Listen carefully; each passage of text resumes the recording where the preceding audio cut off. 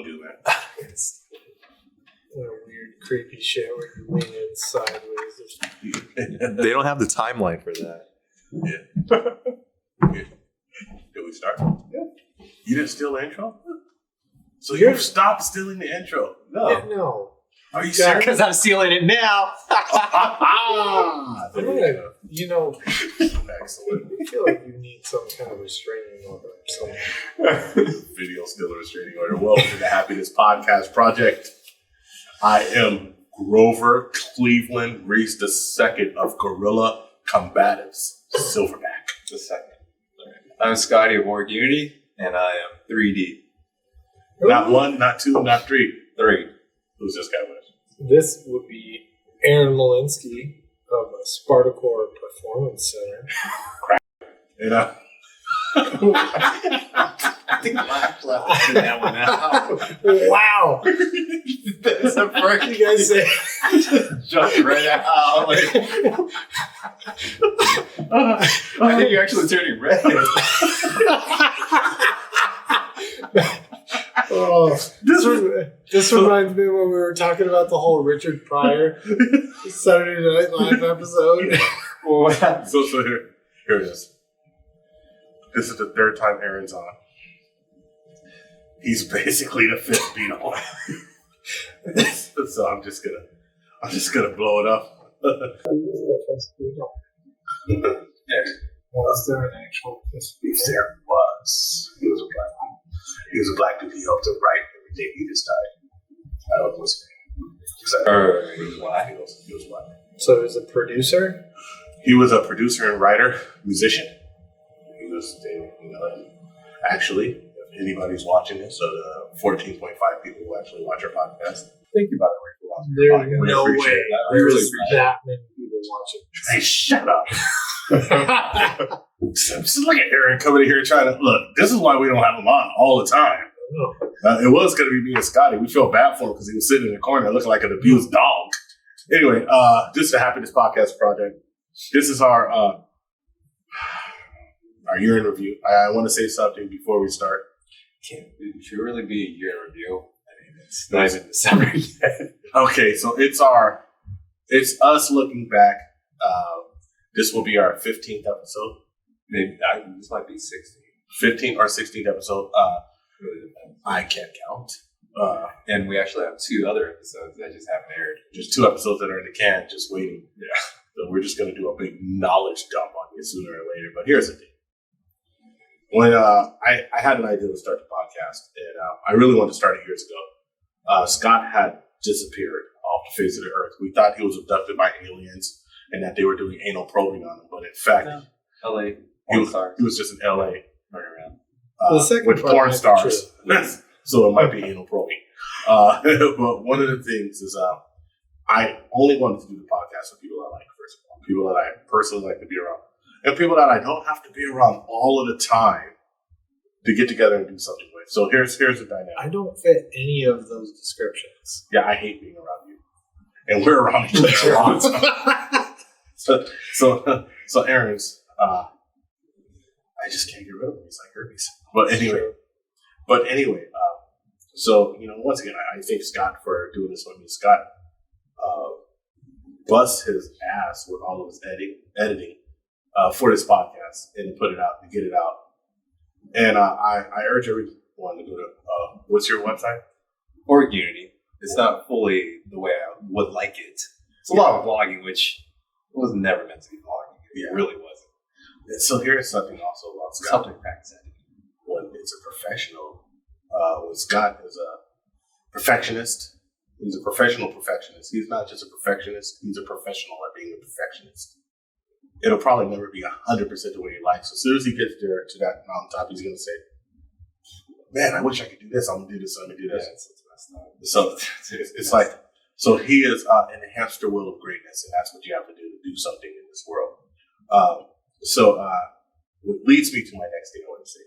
I never thought that we would have this many episodes, especially in less than a year's time. I thought that less than 6 months. Less than 6 months. I thought that we'd have a few episodes, and then we'd fuck off, come back to a few more episodes, fuck off. So I thought it would be feast or famine, but we've really found a consistency And I had a dream and a vision for this, and it's not exactly the dream or vision. It's better. It's better because the Happiness Podcast is about having real conversation with people, not editing them, and people telling their story. Because you can't find your inner happiness if you don't know yourself. If you're not honest with yourself, you're not going to be happy with yourself. So I just want to bring up a couple of highlights. But before I bring up a couple of highlights, I want to bring up this thing. And me and Scott always talk about this. Scott hates metaphysics. And the reason why Scott hates metaphysics is because when people think of metaphysics, and I'm talking about y'all out there, they only think about the hippy-dippy part of it, the flowery part of it. You could even call it a phrase. Yeah, we'll create armchair metaphysics. Yes, and that's a great. That's phrase. what people think about. So look at Aaron. I just thought of that just now. Just now. So people think about armchair metaphysics, and this is what I mean. And I really, because I believe in metaphysics, I believe in your higher self, I believe in a lot of things, I believe in meditation. But this is the crazy thing about it. If you sit around and think positive thoughts, positive things will happen. No, if you sit around and think positive thoughts, you will sit on your ass thinking positive thoughts. If you sit around thinking positive thoughts, and then you take that uplifting feeling you have from thinking positive and go and do something with it, then your chances of something positive happening has just increased 100% from you just sitting on your ass. Because you're using your energy to do something. To do something, right? But would that be my chi? That would be, yeah. Your chi? Yeah. Your ki? Prana, chi, Yeah. whatever. That's energy. We used to call it having balls. Well, because, no, if we break this down real quick, chi, prana, ki, meaning energy, it really means breath. Yeah. When you take breath, like breathing, you're using energy. So anything that you're doing, you're breathing, you're being alive. You're absolutely right. I like my definition of having balls better. But you're absolutely right. So let's say that you've increased your chances of something happening by 100%, because you have to understand that you might only have a 1% chance by getting off that couch, but your chances of doing anything on that couch was 0%. Except masturbating. Potato chips. On the couch? What kind of sick motherfucker master? I'm never Video game. That is a never sitting on place. I'm never sir. sitting on a couch at Scott's house. Hey, we're gonna go by Scott's house. Why are you standing up? Please tell me you have like those weird fucked up plastic covers that everybody's grandma used to have No, you on know their what? furniture. Because I am Vietnamese. And You have those. no, like, we would keep stuff in plastic all the time. I never understood it. Well, yeah, because Remotes and you're everything. masturbating all over and all the time. I'm not that age. Hey, black people keep couches in plastic too, man. So here's the thing now. So now, once you get off the couch, and I'm trying to break down practical metaphysics for you guys. Once you get off that couch with that energy and that action, you start working. Guess what? The world's going to kick your ass because the world's going to test your balls. It's going to test your heart. And I said this to my class before, and it was vulgar, but everybody has a little piece of bitch in them. And when I say bitch, I don't mean man or woman. I mean bitch, meaning that you will capitulate to the pressure. That you can go forward, but you will step back because the pressure is uncomfortable. Everybody has that in them. And when you're faced with this place, whether you capitulate or not, your energy and your positive thoughts can help you, but they're not going to do the job for you. You're going to have to get your ass working and moving. So don't think about metaphysics out there of just this hippy-dippy, I visualize it and then it comes true. And I read The Secret and I watched the documentary and I'm on this. No, shut up. Think of it as you got this inspiration. You got off the couch and you did something. You run up against hard times when you're trying to do it. Now it's up to you to use your inspiration to push through the hard times. And if you don't push through the hard times, your inspiration wasn't worth shit. And that's metaphysics. Metaphysics is connecting the spiritual realm to the realm right here. And that's my definition of it. What do you think about that, Scott? It comes down to self-belief. If you don't believe in yourself, it just won't work. I mean, when you have the self-belief, you will be able to surmount any kind of adversity or obstacle set before you. But if you do not believe in yourself and something crappy happens, then you fail, you crumble under pressure. And that's, in effect, you're self-defeating. Wow. So when I say metaphysics, are we getting metaphysical?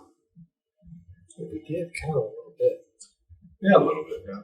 But when I say that, I'm not talking about that hippy-dippy shit. No. I'm talking about that real shit. The feedback system, you get hit in the mouth, Yeah. you're going to you learn, adapt, adjust, then you throw a strike back. So when I shadow box, when I do any weapons forms or anything, or I'm working out with my weapons, just warming up, I'm visualizing someone's in front of me. But, I don't hurt from that visualization. When I spar somebody and I get hit, oh, that thing in front of me hit me. So now I understand that my visualization wasn't shit without action. And now I got to put that action into motion. So that's what I want to say about metaphysics, because we do talk about that. Another thing that we talk about is marijuana. I talk about marijuana a lot. I don't think Scott's ever spoke about marijuana, even though Scott did have that Molly weekend. Our first podcast. Our first podcast was entitled "A Vegan and a Fat Man." And yeah, where are my sunglasses? I lost my sunglasses that week. I'm so mad. So nice one. So a vegan and a fat man. It was supposed to be go to a Mexican food restaurant owned by because it's just too long. Yeah, it was too long. But Nueve is owned by a Jordanian gentleman who's still a good friend of mine. We don't film at Nueve anymore because sometimes we have to get in there and get out. And we're at Peninsula Self-Defense, and we just have access. It's home base. Yeah, it's home base. It's where everyone is. Aaron Spartacourt is right next door to Peninsula Self-Defense. Eric Acha, Professor Acha, who's a mentor to Aaron, who's a mentor to me, along with Brenda King in the martial arts, and like 9 other people in martial arts who are mentors to me. He's gracious enough to let us use this place. And so I thought about it when I asked him. He says, "Yeah, sure, just lock up." And I was like, "Wow, it was that easy." So we've been filming here, and I like the feeling of filming here. Now it feels like home. We had Michael Williams on, our bishop from Man Rules, and he actually left our second comment on our YouTube page. And it was funny because I never thought that we would have comments. But I want to give a shout out to people who leave comments, and I want to answer some of the comments to them. So one of the comments that he said was, "Society doesn't have time to learn arts. It's me, now. People are growing up conditioned to participate. Participation trophies and martial art ranking systems is something they're not willing to accept. Cardio kickboxing gives them Instagram likes and immediate satisfaction. They walk out of the gym feeling badass and satisfied. It's a sad truth." And so this was in a reaction to me saying why martial artists aren't more great martial artists, world-class martial artists aren't more acknowledged and seen. And I think Michael for leaving that comment, because I never thought anybody would leave a comment, or I thought they were going to leave a comment like, "I hate you," just straight trolling. But I mean, Scott was the one who pulled my coattails and said, "Tell people to comment. So everybody who's commented, whether it's positive or negative, even that fool who commented it on the universal basic income without watching it, saying it's a universal bad idea because it's going to lead to a welfare state and this and that and that, this and this and that." And I was like, man, dude, if you would have just watched it, I kind of shot that idea down and said, heck, if we're going to do that, I would rather us just have universal health care than $1,000 a month. Because at least that way, people would just have some health care and be taken care of, and not the other way around. But even if you didn't watch it and you commented it, thank you for interacting with us. The funny part is, that dude probably sweated for 6 hours trying to come up with that "it's a universal bad idea" shit at the start. Yes. It's yes, I got him with this one. He just comes out of nowhere. He's like, got him. All right. So let's Cheeto dust all over it. It was kind of funny. He actually almost in the comment section, he actually got into a little bit of a discussion with another a spat.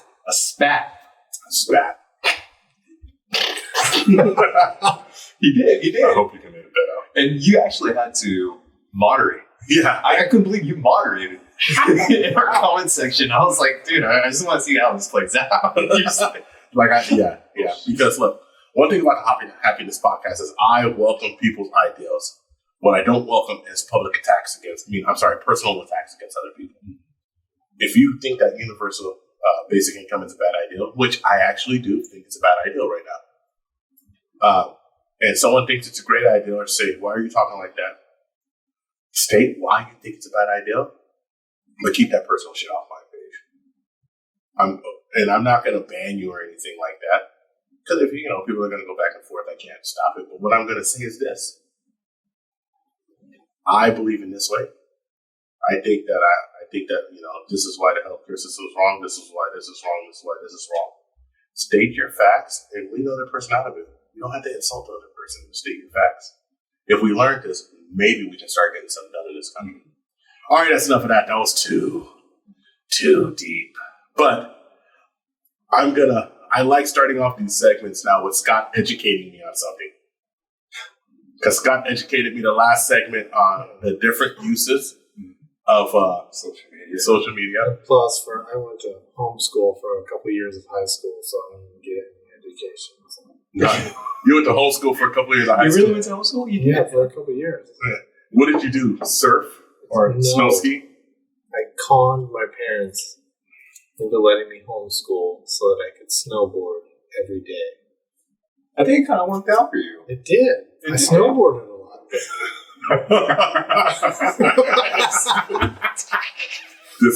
This is why Aaron's here.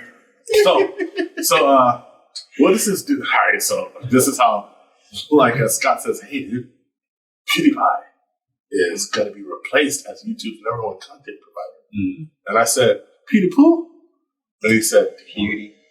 He says, everyone should like and subscribe. I watched 5 seconds of one of his videos. He says, do you know PewDiePie? So we're going to call this segment Educate an Old Dude. So can you break down PewDiePie and what's going on with it? All right, so PewDiePie, his name is Felix. He started... his name is Felix? Are you Swedish? Is that Swedish name? I don't Felix. Felix sounds like a pervert. Hey, what's your name? My name is Felix. Hey, you gotta watch out. This 9-year-old army might attack us. Come raining down on us. This 9-year-old army? Yeah, that's what they call themselves. The 9-year-old. What? Are they really 9 years old? Because I think so. Because I could beat a child. Yeah, because nobody else wants to watch another grown-ass man play video games. No, that's what he used to do. Now his show is basically... Well, see, now we're going to... What no. All right, so just break it down. Break it down to me. Give me a little history. Educate old. So 8-9 years ago, he comes on. He does a gaming thing. His whole thing was horror games and reacting to the horror games because he saw how the audience was responding to him reacting. So he was like, all right, I'm going to keep going with this. But the thing is, there's not many horror games at all. So then he started to branch out doing other different commentary on game. Eventually, now what he does is almost like a late night talk show, but in 10-minute clips, social commentary on various things. With the Article 13, I might have got the number wrong, about the YouTube copyright elements that has been passed in the European Union, where basically creators who use copyrighted material, which would be like let's say they're making a motivational video using a montage of different clips of speakers. Well, that video would be banned. That would be just a copyright strike. And that would be gone. So the opposite of China and India. Yeah. Okay, go on. So Felix, PewDiePie, he has amassed, I think he might be eclipsing 71 million subscribers. Jesus. 71 million from one guy, from one dude. And so he's gained such a... I'm sorry, but it makes our 70 look like asshole, dude. And think about it. He's now evolved into commentary on the YouTube, what's happening on YouTube with all the top creators. Right. And then also with things that are happening on the YouTube platform and changing of the laws. And as well as some other, the white knight syndrome, as we were talking about earlier. He was making fun of how... So tell me what the white knight thing, right? Oh, the white yeah, knight syndrome is basically... is basically when feminist. Like when a man stands up for women, and you guys might have to help me with this one, but basically helping. How do I do? You gotta have to help me with this. Dude, let me help you with this one. Let me help you with this one. Dude that stands up for women at the detriment to himself his own dignity. and other men. Now, it's just to his dignity, dude. It's just so that he can try to make himself look good or hook up with the chick. Exactly. Yeah, dude. That's all the topics he touches upon, and so his reigning as the YouTube champion, the king of YouTube, is at threat to by T-Series. T-Series is an Indian media company. All those different Bollywood films and music videos, right? Just the whole spectrum of Indian media culture. But hey, by the way, those Bollywood film and music videos, they be dope, dude. No, they are. Hey, when I seen that old Bollywood Spider-Man, the old Bollywood Thriller. Bollywood Thriller is probably the best video I've ever seen. But think about so this. Good. An Indian media company, the first kind of corporation to now may surpass PewDiePie, the original content creator.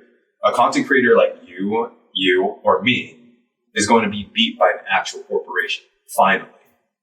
Oh. So for him to grow from 0 subscribers to 70 million, being one of us, is crazy because this is his whole history. He went to school to do some kind of industrial engineering management thing. Mm-hmm. Hated it. Didn't like it. He said, I didn't want to do that. How to be a beauty. He wanted to make videos. His other skill that he had was photoshopping, graphic design. He almost became a graphic designer at a top firm, but that didn't happen. So he was like, whatever. I'm going to go into making videos because I love making videos.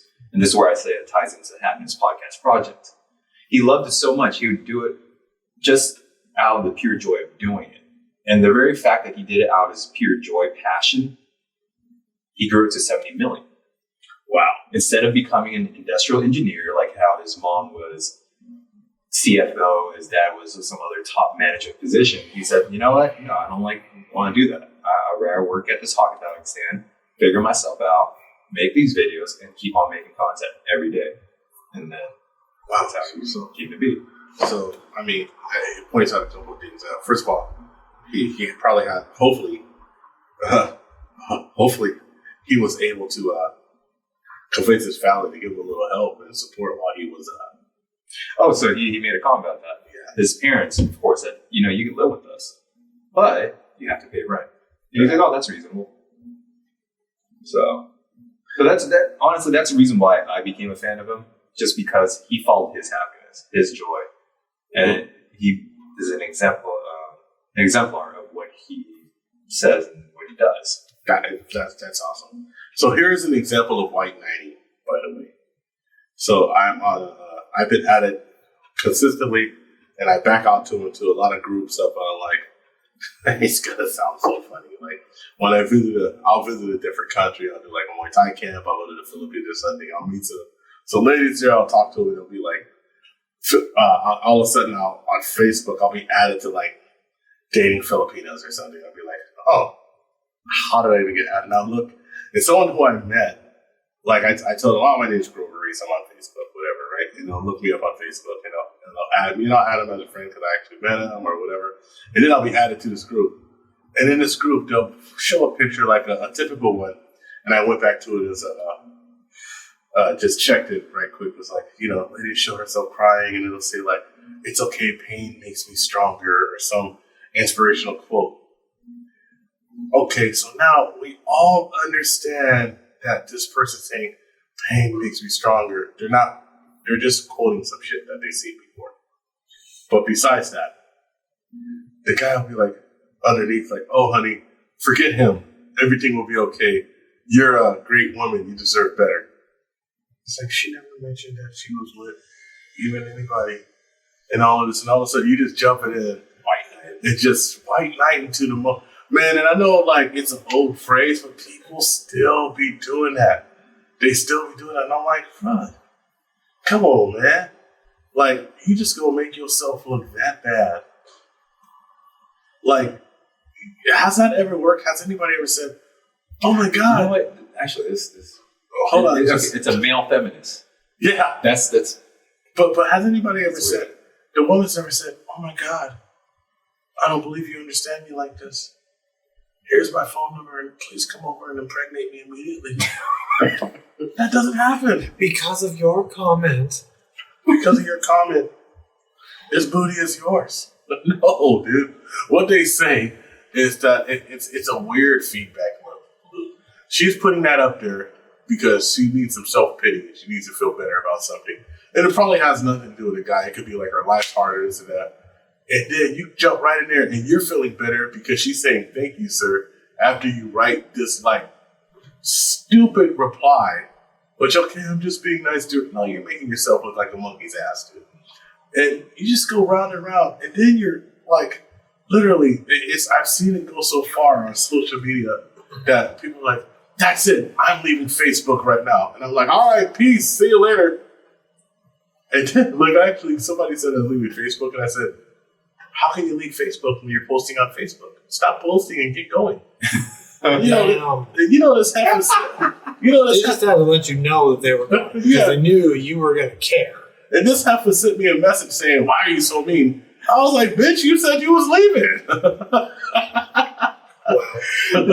And you know, it's funny because like as I was driving here, somebody said they was leaving on Facebook. I was replaying my brain, like the new adopted mindset I've been having is like, I just don't care. Like really, I just don't care. Dude, are you going FHF? Fuck her feelings, fuck his feelings?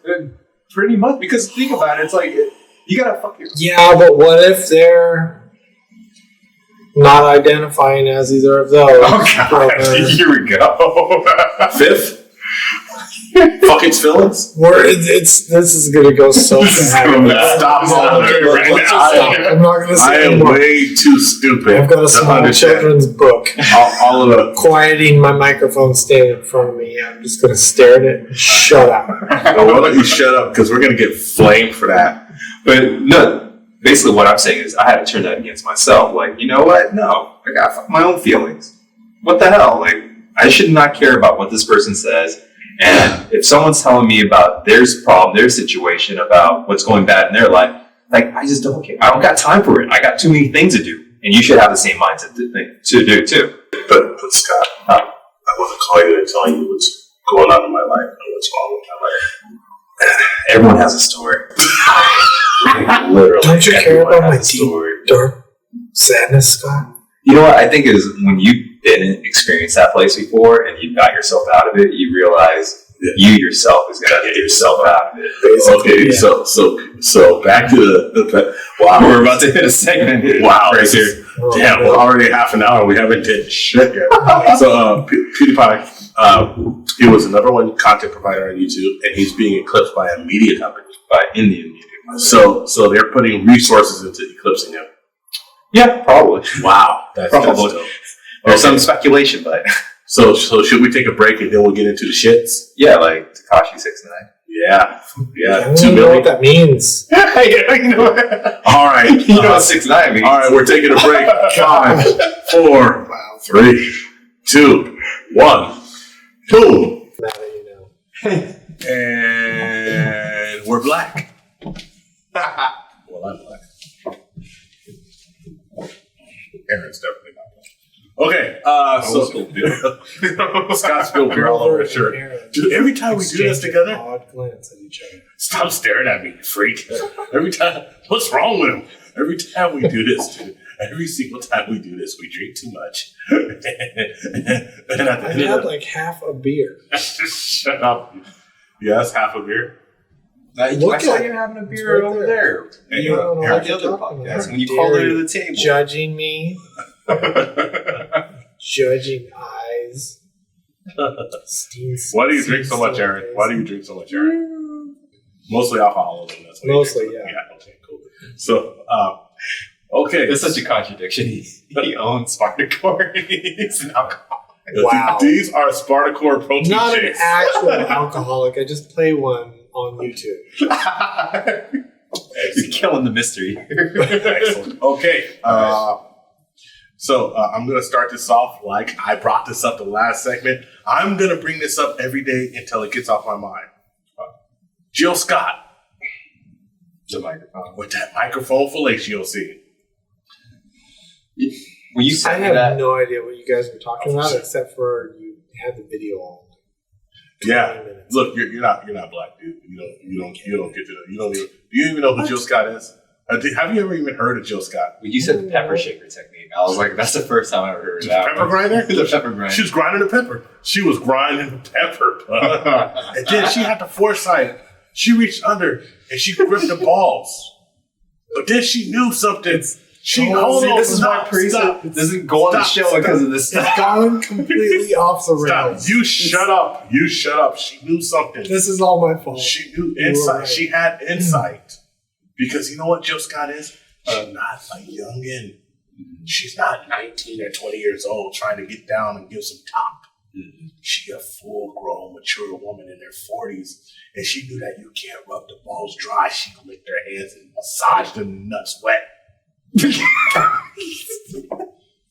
Grover's like getting stanky face over here while he's talking about it. Jimmy's like, That was the greatest. That was one of the greatest video moments in the history of videos. Now I'm gonna say this: she does what this. was that She does even this. for? Was that like It's a live performance. She, sexual education class? Or no, but I'm gonna tell you something. All the women out there wondering how to give top to their man.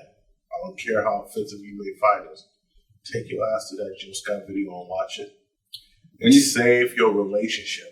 When you sent me that video, I thought it was just her singing, just being overly dramatic with the microphone. But she really performed fellatio on that microphone. You know, I was like, I oh actually my God. feel kind of awkward around this microphone after watching that video. You just feel like you're going to suck it. I feel like I'm doing it wrong. Aaron's just sitting there. I just feel awkward around The microphone is upset with me. It's like, hey, bro, put me out of here. All right, so I'm going to ask you a question. And I'm sorry, I'm not trying to be misogynistic. But I got to ask this question. The big girls give the best top. Because Jill Scott, she's a thick one. Are you asking for comments? I'm asking for comments. If they do, hit that like button too. And subscribe. If they like, if you're a big girl out there and you feel like you give the best top. There's so much hate. It's being flung right now through keyboards. Just if you think that Grover has drank too much and he needs to shut the fuck up, you can hit that like button and subscribe and you can tell me to shut up. I mean, now I'm going to ask this question to my esteemed panel, some of my best friends in the world. I'm going to start with Aaron. Do big girls get the best top? I don't even know what that means. Head, Aaron. Head. Oh. I don't know. You never had head from a big girl? No. You're fired. You know what you are? You're married. That's what you are. We should never ask any of these questions. Yeah, just shut up. That. Scott. What the hell? No, Scott. Scott, you get to answer. You have to answer. What do you have to answer? What does that mean? Because do big girls get the best top? I don't know. I no comment. The best top you had, how was her statue? Statue. Shut up. You know I don't speak right when I'm drunk. Or a little curvier. Little curvier, I'd say. And was it life changing? I would call it life changing. But the finest in Northern California that I've had was a big girl, and she knows who she is.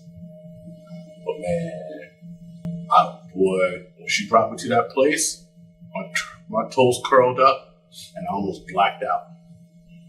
It was amazing. I'm about to title this Jill Scott reaction. That's what I'm going to do. So I'm just going to tell you this. Jill Scott, Sister Jill, thank you for showing these young whippersnappers how to do it. Because the top is real. All right, moving right along. Jesus. Moving right along. I'm interested in Scott because Scott is hip to the youngsters. Scott knows what's going on. Does he? I like hip-hop. Isn't he like 2 years younger than me? Yes. I'm old as fuck. So, Aaron, shut up. But Scott, even though he's younger than, he's like 15 years younger than me down there. But Scott's younger than me. He's a little younger than me. But Scott is hip to the social medias, to the YouTubes, to the Twitter. And remember, our grandfather thought Twitter was when you pinch the nipple with your pointer finger. Your grandfather was watching a Jill Scott video right now. My grandfather is type where Jill Scott came out. I just thought that was funny. I don't know where I got that. But to Milly is a singer from Brooklyn, a rapper from Brooklyn, about this song called Milly Rock on any block. And he is suing Fortnite over the Milly Rock dance. And Fortnite's a very popular game. Very popular. Very popular game. So what's up with Fortnite? What does Fortnite do? I've only seen people play it, but it's a multiplayer third-person shooter game where it gets really hard. I gotta just link you the video. That's all I so we can link the video. It's an addictive game. But Scott knows what the youngsters do because I ain't never seen it. So I knew about the Milly Rock. I watch a bunch of podcasts. Fortnite has a lot of these like little mini dance moves that become somehow viral on videos and things like that. So I was shocked when I seen the Milly Rock because I knew about this video from circa 2014. This cat, 2 Milly, and then I seen Fortnite had like a cartoon doing the same thing. Not a cartoon, a player character. A player character. Oops. So apparently, get it right. A player character doing the same thing, and I thought to myself when I seen it, and this was before anything had happened. I thought to myself when I seen it, wow, how long have hip hop been the most popular culture in the country, and that corporations have just been taking from it? Now, I'm gonna say this: Fortnite could have just eliminated all of this. They made probably millions and millions of dollars. They would have cut the kid $100,000. He probably would have just signed off on it because he probably broke in Brooklyn, and $100,000 would change your life for a couple of years at least. If especially if you took that down south somewhere and moved. It did become apparent to me that it was becoming a big thing in the culture when I was watching a couple of podcasts, mainly the Joe Budden podcast that I watch every now and again. And he actually was saying to Milly, they're taking advantage of you. Reach out to me, my G. So apparently he did. But I think that he reached out to Joe Budden. Yeah. And I think that it's great. First of all, Joe Budden's an OG in the game. 2 Milly's a youngster. So that's good, reaching back and taking care of it. Second of all, Joe Budden's all for people who just create content, who just create. He's always for the creators. He said it's for creative people because creative people are always taken advantage of by corporations. And you have to look at this. I want me to tell you this. Yeah, like record labels, they don't exist at all without somebody who can make the records, who can make it. The first thing that came to my mind is K-pop, Korean pop. They have little documentaries on that now. Well, I mean, even American music culture, they just churn them out. Yeah, you just turn Mariah Carey. Just any pop star. Well, Mariah Carey had a long run of being used and made a lot of money. But the talent that Mariah Carey has is undeniable. Look, I know some musicians. I know a good friend of mine who hates Mariah Carey.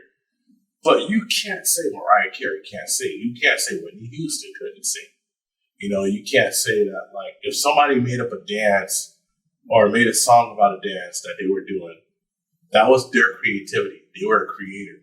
And for a video game company or a company just to take that and not acknowledge them, it's happened too much. And I'm happy that somebody in the culture is sticking up for themselves. This is precedent setting. It goes around all, I also like this subject because it really goes to everybody, every generation that I associate with. So like the millennials or the people under millennial age, they're going to look at it and they're going to say, hey, you know what? I know what Fortnite is, right? To me, like a hip hop head, I know who 2 Milly is. Even though he had like one song that I liked, right? I knew who he was. And then for people who are just in a law precedent, this will set a precedence one way or another. So this is a topic that's really wide. And this topic will actually affect probably 50 to 60% of the country one way or the other. Because how many people play video games, how many people listen to hip hop music, and how many people have seen something that they've done stolen from them. And is there a way to get their money back? Speaking of touching a lot of generations, I'm just going to give a shout out right now. I want everyone's reaction to Stan Lee's passing. So I'm going to start with you, Scott, and just tell me if anything, if you give a fuck or not, and what did you like about it or didn't like about it? Stan Lee, were you sad? Were you broken up? Did you cry? Did you have to hug yourself? Well, I mean, considering that I don't have a close relationship with him, I mean, Scott don't give a fuck about What? nothing. Nah, I'm playing. but when it comes to he's an icon. I grew up on comic books. I was into comic books before it became a cool thing. Collecting cards, comic book, Marvel superhero, DC comics. Actually buying comic books and reading them. That's at the extent of it. And my brother got me into comic books, who passed away. And so I have a very special relationship with comic books. And Stan Lee passing, I relive those memories. Right. And I think of those memories.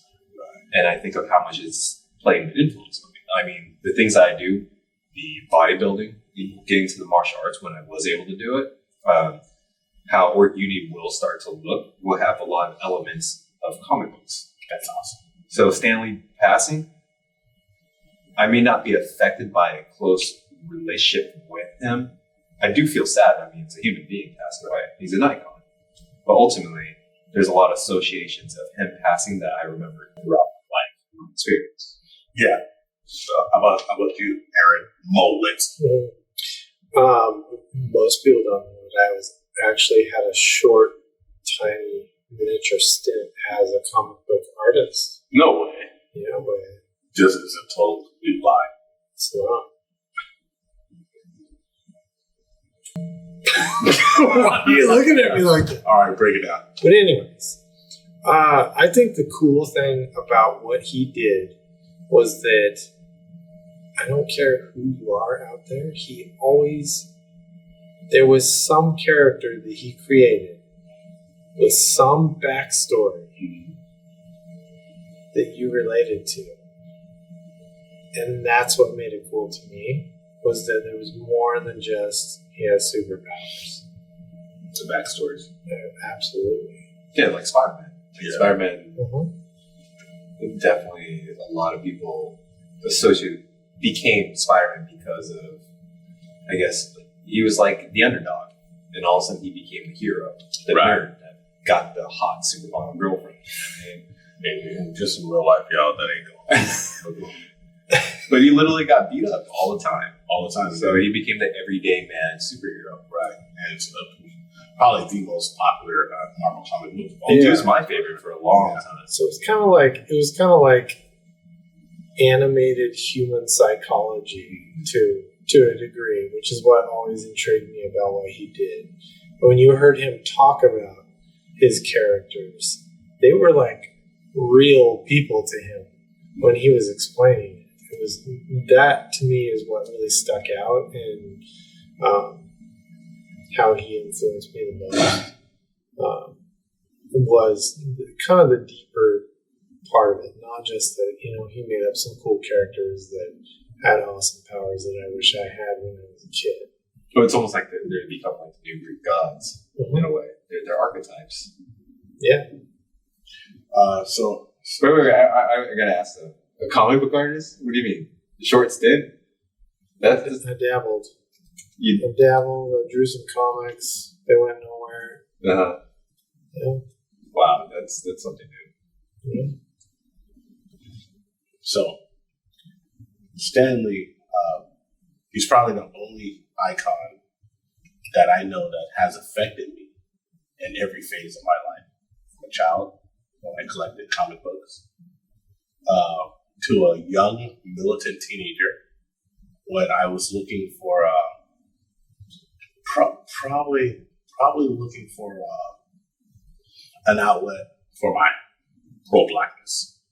Walking around with Malcolm X hats on in 1992. I know that scared you. 91, 92. I know it scared you, Aaron. I didn't even see that. I lived in Canby.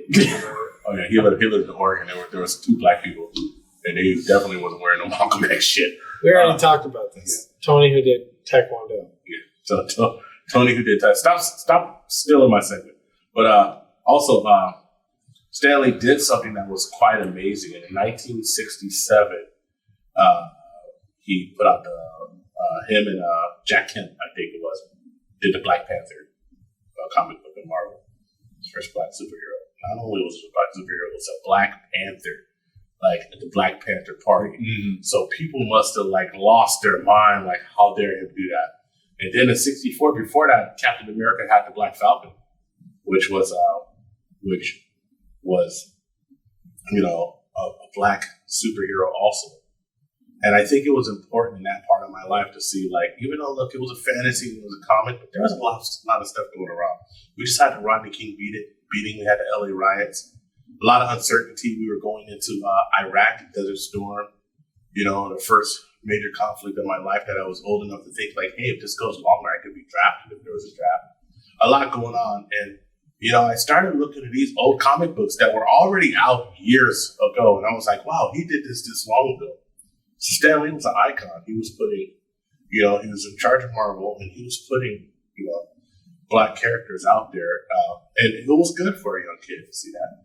As I got older, I kind of didn't watch a lot of Marvel. There were some Marvel movies that were ass, there were some things like Captain America television show that happened before that was horrible. A lot of comic book shows, the technology didn't catch up. But as an adult, once again, influencing my life, Blade, which was sold to, I think it was sold to Fox or Sin. New Dimension. New Dimension. I don't know who had it, but Blade was a Marvel comic. It was the first major rated R movie. Wesley Snipes. Starring Wesley Snipes, the blackest of black actors, to really be a blockbuster. And that was influential to me. And then just going further, Captain America and all these Marvel movies that came out and the stages of it, Stan Lee being in each one. And I just look back and I'm like, wow, he, as a creator, created something that lasted, the majority of his 95 years on Earth. So look, I'm 95 years old. I'm pretty sure it was his time to go. But here's a question. But that's amazing that 95 years, how super productive that 95 years was. Here's a question for you. Has anybody since even really created any notable superheroes that anybody on the planet knows? Yes. Besides comic book nerds? Spawn was somebody who said Spawn.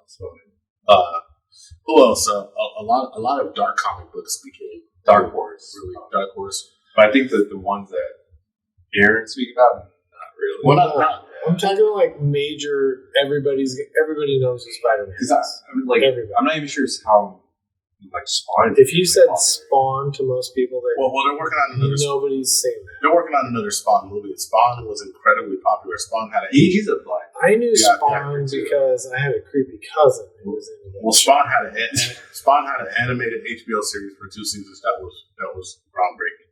Spawn did have a movie before.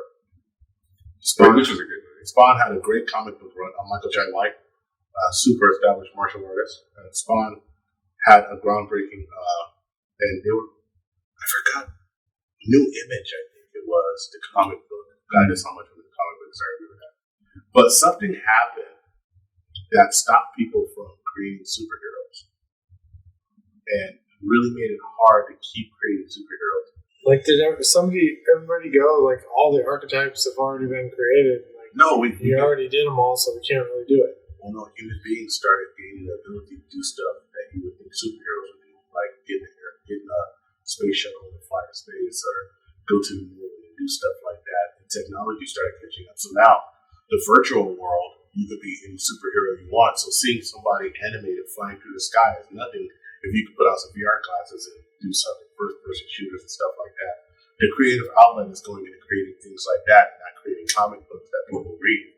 I know I sound like I made a lot of sense to it. It was pretty soul-making. Yeah. Ramblings of a drunk man. I know exactly why now there's no new comic book character. Yeah. It's fact. Yeah, fact. This is not an hypothesis. But no, I think like with technology catching up, I mean, you think about this. how amazing was it that Star Trek? And I love science fiction. I love comic books, right? You fucking nerd. How amazing Star Trek, they would have flip phones, right? What was the first popular cellular phone? Yep. Flip phone. So, I mean, like, when you have that, and now what's Star Trek going to do when Star Trek comes and they have now they're just like, Kirk Enterprise. They're just like, now what are we doing now? We have hearts. You can have your microphone right here and you get a call and you just start talking. So, I mean, like, when technology catches up that much, it's really hard to create something special. Like, what are you going to do? Like, what superhero can you create? So, I just want to talk about Stanley for a second. We talked about Milly Rock Fortnite. Let's get to the shits. Let's get really deep into the shits. How much time do we have, Scotty? We got 8 minutes. 8 minutes? I would say more like 6 minutes. So let's not get to that. Let's not get 6 minutes. So deep into some shit. So hold on a second. I want to talk about Cardi B. Cardi B has had a great year. Cardi B's hot, but I love my Nicki Minaj. Yeah, so first of all, I want to say that these are two beautiful brown ladies. One of them have a lot more plastic surgery done than the other one, but I don't care. I still think they're beautiful. But they brought their feud to the forefront this year. Before, do you think it's publicity or do you think it's like real? It's cat. Dude. They are high-fiving in a Bentley. No, bullshit. Cardi B had a ooh-wee knot on her head when she ran up on that security. Let me tell you something. No matter what you want to do for publicity, you do not run up on security and the man give you a ooh-wee knot if you play it when you're a woman. But that knot on her head said ooh-wee. It was like, I didn't get to see that. It was a big hematoma. But she actually ran up on Nicki Minaj? She tried to run up on Nicki Minaj. Nicki Minaj was hella far away. She was like, I'm not going anywhere. Because, Nicki Minaj sounds like a loud Brooklyn bird and a Queens bird, right? And so... I learned so many new phrases tonight. And so, like, Cardi ran up or something, right? And that security clocked her in the head. And I got to give it to Cardi. She was like, this happened a couple of months ago, but I just want to say this. At one point, we're going to have to learn hip-hop people how to behave ourselves in public. But the drama, the gossip, it's great. TMZ quality. It's so good, boy. When I seen that bump, and I was like, man, she almost looked like, it was a little bump. It wasn't big. But it looked like she had Quano from Total Recall coming out of her forehead. Like Quano just had started. And here's the thing, Cardi B's had a great year. She's winning. So I say, when you're winning, don't snatch defeat from the jaws of victory. Because the only thing Cardi had to do was be like, I'm not worried about her because everybody knows she's not. And just troll a little and go on about your business. But that did not happen. We not. It's gone now. Yeah, this is where I like to take it. It's like, instead of using her ego in the right direction, she allowed her ego to be self-destructive by giving into her pure emotions, by trying to go after Nicki Minaj when she could just not compete against Nicki Minaj, but compete against herself. Just be better. Results speak. That's all that matters. I love it when you break down all emotional and shit. But you're right, man. All right. Last intermission. 5, 4, 2, 1, 0. Boom. It's not terrible. It's not good, but it's not terrible. Are we back? We're back. Are we back? Okay. So we have a couple more topics in this review. So here's something that just popped up. Actually, it's been going on all year, but we got to talk about Tekashi 6ix9ine, Scott's favorite rapper of all time. I think we've referred to him in Alan Smithy. Alan Smithy. When you were talking about the rainbow hair. I'm so upset that I know who that is now because I just had to look it up. Tekashi 6ix9ine. And you seen the picture of him? Yeah. Scott's representing from the grubby old white man. A piece of me guy. Yeah, Scott's representing. Well, I'm going to tell you one thing. So, whether you like Tekashi 6ix9ine or not, really like his music, which I haven't been a super fan of his music, but he has some joints. I listen to it and I'm like, oh, bangers. This is hot, right? It's something that we say hot back in the day, like, oh, this is a hot joint. And, a lot of people, they would release something that's hot that you wouldn't necessarily I wouldn't necessarily like the substance, but I'd be like, I gotta give it up that the beats bumping and this and that and this. And some stuff it was just hard. So Tekashi 6ix9ine kind of reminds me of a combination of Onyx with a little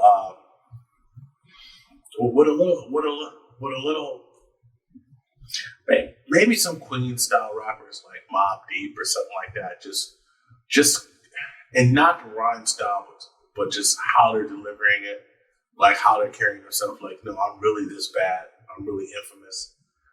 Maybe that's not the proper thing to say, but I gotta say that a lot of Onyx, a lot of like aggression, a gruff voice, and I gotta say he's good. You know, it kind of sounds like Fredro started. You know, he's dope. So, but he's had a hell of a ride this year. And here's just a couple of highlights from it, and then I'm just gonna open up to Scott. What do you think about him?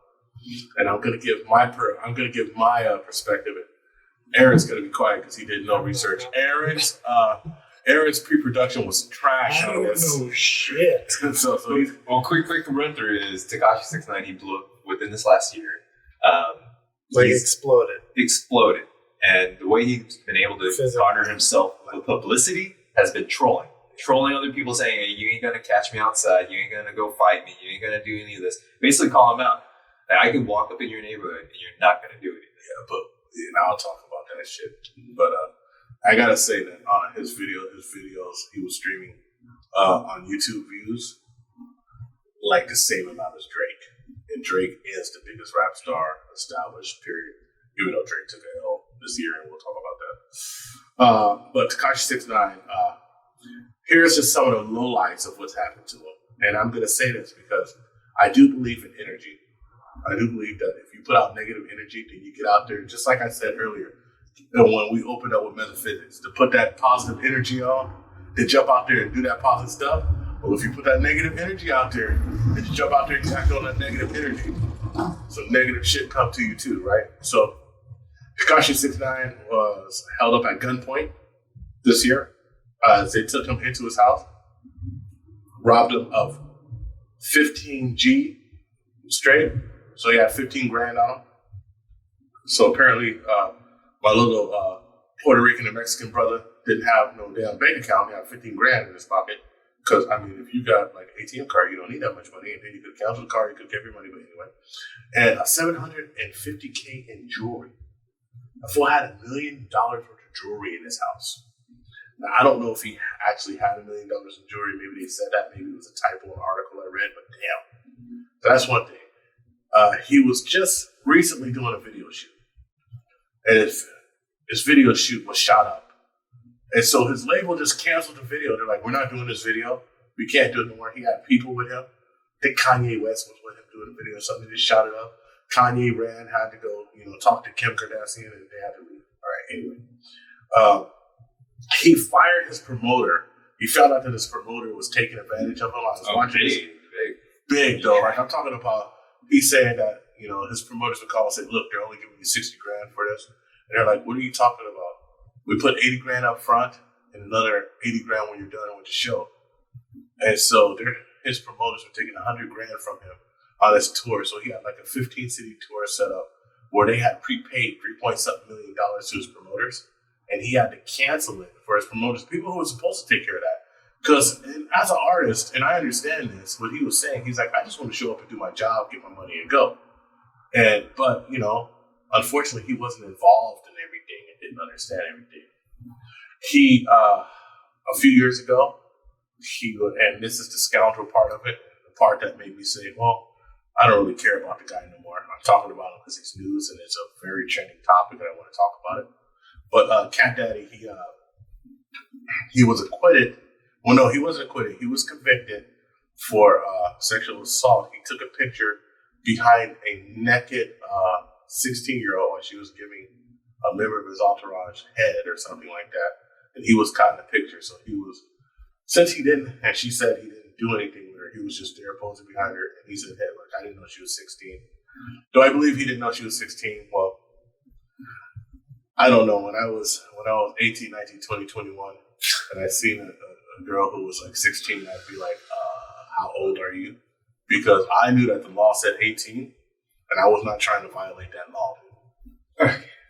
So she could have lied to him. She could have did this, that. However, what he got out with 5. He got out with like some.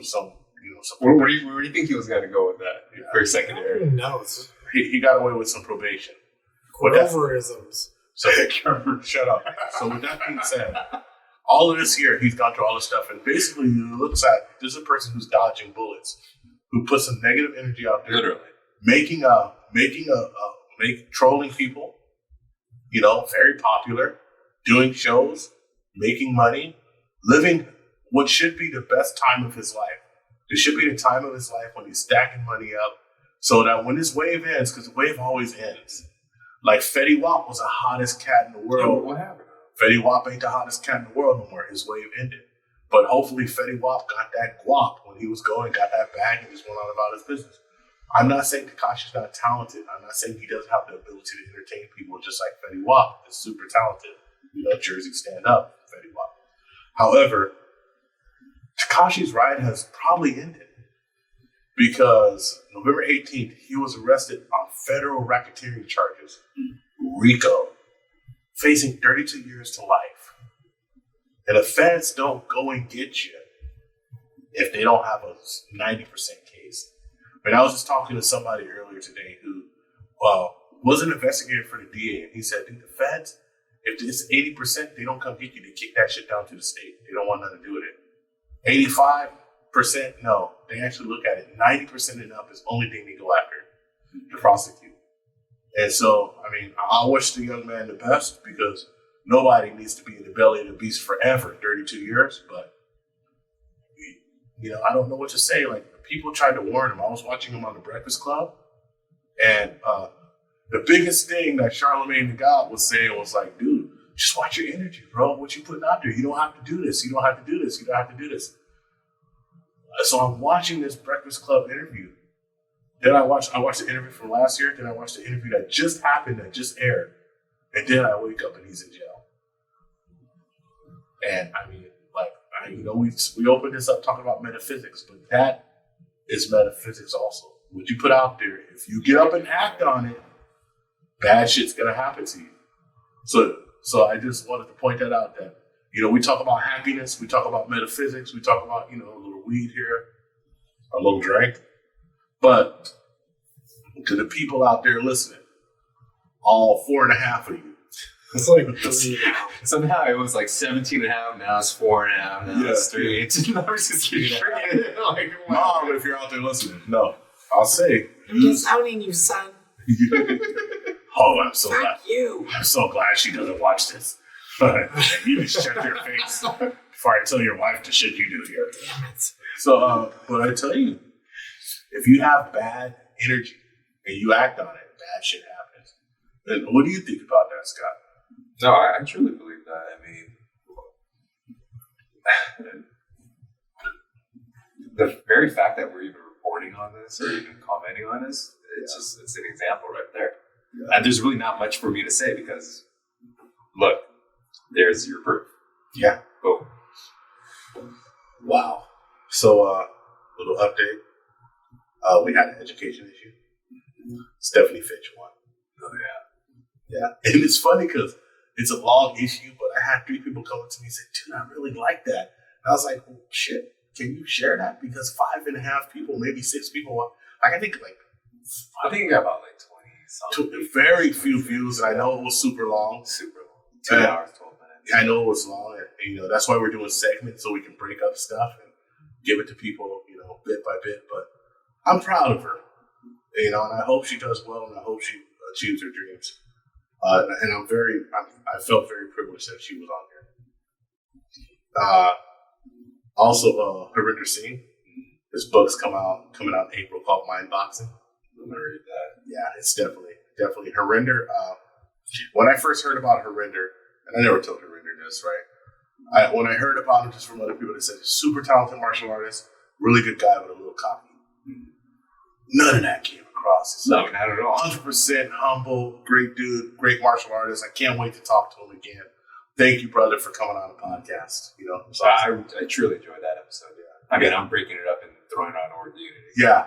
I seen one of them, And when I shared it, I tagged Harinder in it so he can see it because I think that that was an episode that when I talked to him back and forth and to get him on, I was like, I hope Scott leads this and not just me talking all the time like I'm doing now.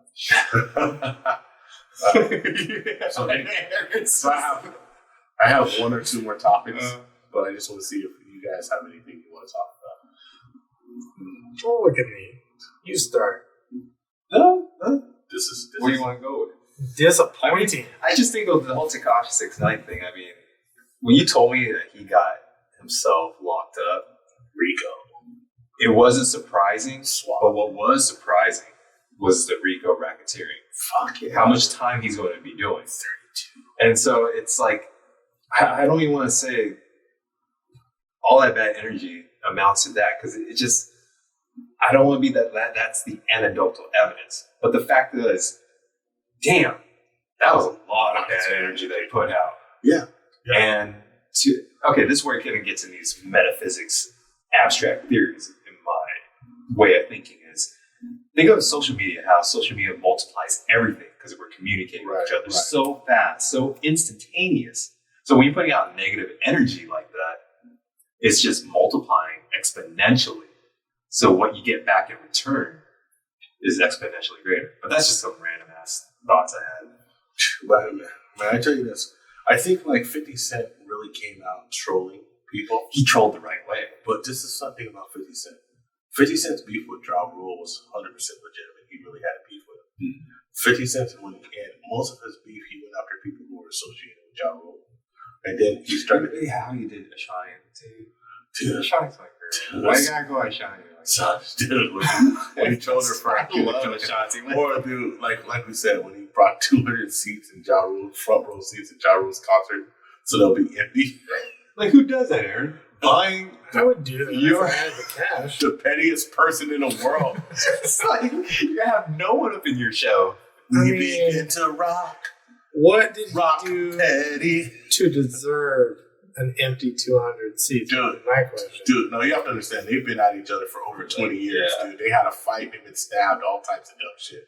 But I'm going to tell you this. Beef and hip-hop in the 90s was a lot more dangerous, dude. Like, if you the 90s, early 2000s, people would get crazy. Shot. Dude, hey, I remember when Rappin' Forte was on stage, talking about, the Players Club, this and that, right? And man, some cats didn't like I guess they had people, and they pulled Rappin' Forte off stage and beat the shit out of him, and he ran away, right? And then, hella funny, I was watching Rappin' Forte in San Jose, right? I forget where the other concert was. It was in the Bay Area. I was watching the San Jose, and it was a show with Ice Cube, Macton, and Dub C. Before they formed the West Side Connection, they were touring together, and Ice Cube would do his thing. Dr. Dre DJ for Ice Cube. So that was pretty dope, because Ice Cube did all the old NWA set, and Rappin' Forte was there, and Drew Down was there. And people started fighting, just scrapping in the crowd, right? And then Rappin' Forte was like, damn, it ain't really cool we fight like that, but that's how it go down in the Players Club. It just went around. And I was like, damn, these motherfuckers seen so much violence at concerts that they just would segue naturally into these songs. It's just crazy, dude. So I'm telling you, in the 90s, and people, if I told you stories about concerts I went to, like I went to a Too Short concert at the Oakland Coliseum. He has a new album, too. Yeah, it's sex tape. It's bumping, too. My favorite song is Dance Like You Fucking. But I would have never expected it coming from him. I mean, Too Short is 50 years old, macking. Yeah. But I remember like trying to run up the stairs. We were leaving, like me and my boys were leaving. We went to this concert. By the way, I didn't tell my mom I went to this concert. Told her now. Oh shit! Well, if I get in trouble for something that happened over 20 years ago, I'm not a man, But I was a teenager. And people were like, they had news cameras videotaping it. Like news crews were there because they knew something was gonna happen. And we're just stupid, like, why are news crews here? I don't know. It's not gonna be news here. We're just gonna watch a concert. So somebody's shooting this and that. We're running up, and this cat's in the way. And this dude is just like socking people. They're running by. He's just punching people in the crowd. Pow, pow. And so For what reason? because he was there. And so he hit my boy, right? My boy slept down and I hit dude. And it's like I threw a grape at his face when I hit him, dude. It's like I hit dude. He was a really big, small dude. I hit him. And I thought I clocked him. He just looked, oh, little 16-year-old nigga, I'm going to beat you up. And dude grabbed a hold of me. And my boy hit him. And he grabbed us both. And then my other boy pushed him. And he kind of let me go. I got away and we ran. But I was about to get slung down a flight of stairs. And this fool was far bigger than Debo. That was the last concert I went to in Oakland Coliseum. I was like, I wouldn't go there to see new kids on the block. I was so damn scared, man. I'm good. But that's how music in the 90s was. So now when we segue now and I see people with this beef or this, I come out here and I do this and do that. Like Tekashi 6ix9ine, he said, I'll be in the neighborhood. You ain't going to do nothing to me. You ain't going to pull up on me. He was there at 2:27 in the morning. People sleep. Go there at noon, fool. Go there at noon when everybody awake. Go there at 1 when everybody awake. So, look, I know he was trolling to get likes and to do things and to put his name out there. Treyway is a name that he made up. It's not even real. It's not like a real gang or anything. I thought it was. Treyway, just watch it. He said from New York. I don't know what's he admitted that he made it up. He admitted that he made it up on the last Breakfast Club interview. And he was like, it's just like when 50 yells, get the strap, get the strap. He's not really getting the strap. He's just yelling, get the strap. So that people it's in their mind, it's going to be the new hot shit. So I'm just saying, watch your energy. I want to. Wait, so what does 50 Cent have to say about all this? I don't know, because 50 Cent is like his when the 50 ain't said, sure. But this is what he's going to say. And I hope the little man's okay. Oh, what can you say? Well, you can't say that. You know what 50 saying? Shit, I hope I ain't involved. He's like, I just hang out with him. So, last note I want to talk about, it's going to date this podcast. I don't know when it's going to come out. But the last thing I want to talk about, and this is really simple, I want to give my heartfelt condolence to everybody who lost their home and their life in fires in California. It's been smoky as hell. Yeah. I'm starting to feel the effects now. Yeah. My eyeballs are burning and my lungs are just... Yeah, and it's messed up because at night when you usually get relief from it, it's bad too. Yeah. So right now... Well, it's like I woke up this morning, I was like, oh, it's fog. No, it's smoke. Yeah. It's not fog. As tonight is... today is now Tuesday. There's rain in the forecast and that's going to help. But people are out there breathing these microparticles, these black dust microparticles or these black microparticles that's in their lungs. The air quality is horrible. I tried to work out today. I got 15 minutes into it and I literally had to quit. Felt like I was smoking cigarettes. Then I go and I'm like, how bad is the air? Because I'm stupid. I'm going to work out anyway. And I looked at it. Who would do that? You would do that. Some moron. Yeah. Did you work out in this? You did you? With the door open and everything. Maybe. Yeah. So Aaron worked out outside. But check this out. The equivalent of just walking around is like if you're not a non-smoker, smoking 15 cigarettes today. Holy crap. Really? Yeah, that's how bad the air is. The air was hazardous to your health. And we're walking around in it. So I just say You don't even get the buzz that comes with it. no, you don't even get to smoke. Terrible. No, you just get burning eyeballs and they I was in Scratchy LA and I think I actually had better hair. No, the hair is better in LA. We're great. We're in a bad area, but like people lost their homes, people lost their lives. And a lot of lives lost. And thousands of people missing. And they're going to wind up dead. And you know what's crazy? I was up in Paradise in Concom area last year, and it was on fire, but now it literally was burned. Yeah, now it's gone. To the ground. So, and I'm going to say this. Sometimes people in the government say stuff, and they say, okay, maybe they meant this or maybe they meant that. But Donald Trump said if we would rake more leaves, that we could control a fire. Thank you for your insight. So the only thing I'm going to say is sometimes, and this is a great example, sometimes the only thing you got to do the right thing is just shut the fuck up. And I want to end on that note. You got nothing nice to say to them. Don't say nothing. Aaron Malinsky is Spartacore. Mm-hmm. Thank you for joining us. Thank you for having me. Yeah, as always, it's a pleasure. Thank you for the buying the Modelos. The Modelos. I think we how many? 3, 6, Like 2. 10. Yeah, we've only drank like 5,000. Scotty, it's been a good run. I don't know when the next podcast is, but I'm going to give you a little time to catch up on the stuff you want to do. Maybe we'll do, maybe next time this is still one-on-one talking about some shit like we did before. Oh yeah, there's a lot of episodes that need to be released right now. Yeah. We have a lot of episodes in the can, so we'll release them. But once again, I want to thank everybody out there who listens to us. Like and subscribe on YouTube. Follow us. Comment on us. Talk shit if you want to. Who cares? I can take it.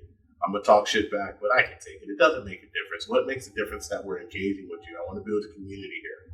I want to build an online community that actually interacts with each other in a way that's not just trolling or being a hater. So, critical discussion, civil discourse, critical thinking, cervical discourse. Yeah, it's getting late. It's getting late. It's like 3 a.m. So I'm gonna end it like this. I'm tired. I need to get some sleep, but I'm still gonna say, have you tried happiness? Grab your slice today. Boom. We're out. Woo. Beep.